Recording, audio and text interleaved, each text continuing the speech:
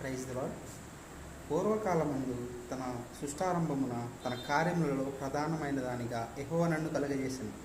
ఆనాది కాలం మొదలుకుని మొదటి నుండి భూమి ఉత్పత్తి అయిన కాలమునకు పూర్వము నేను నియమించబడి తిని. ప్రవాహ జలములు లేనప్పుడు, నీళ్లతో నిండిన ఓటలు లేనప్పుడు నేను పుట్టి తిని. పర్వతములు స్థాపింపక మునుపు, కొండలు పుట్టక మునుపు, భూమిని దాని మైదానములను ఆయన చేయక మునుపు, నేల మట్టిని రావంతయు సృష్టింపక మునుపు నేను పుట్టి తిని.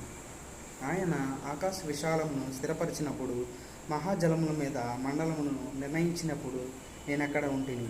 ఆయన పైన ఆకాశమును స్థిరపరిచినప్పుడు, జలధారలను ఆయన బిగించినప్పుడు, జలములు తమ సరిహద్దులు మీరకుండునట్లు ఆయన సముద్రమును పులిమేరను ఏర్పరిచినప్పుడు, భూమి యొక్క పునాదులను నిర్ణయించినప్పుడు, ఆయన యొద్ద ప్రధాన శిల్పమై అనుదినము సంతోషించు, నిత్యము ఆయన సన్నిధిని ఆనందించుచుంటున్నాను.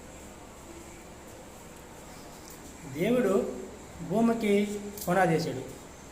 ఈ పునాది మీద 200 దేశాలు నివసిస్తున్నాయి. మనం సజీరెక్కలు ఉన్నామంటే కేవలం దేవుడి కృప.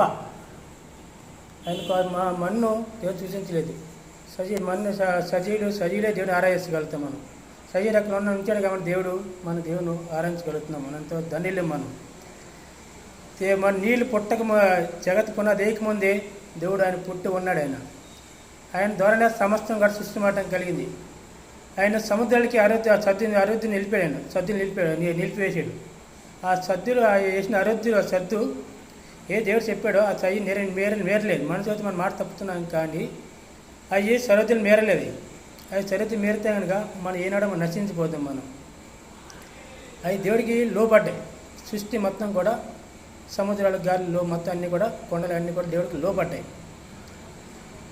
అన్నీ కూడా సమస్తం కూడా దేవుడికి లోపడి ఆయనకు ముందే సమస్తం ముందే ఆయన పుట్టున్నాడు. ఆయన ద్వారానే సమస్తం కూడా కలిగింది.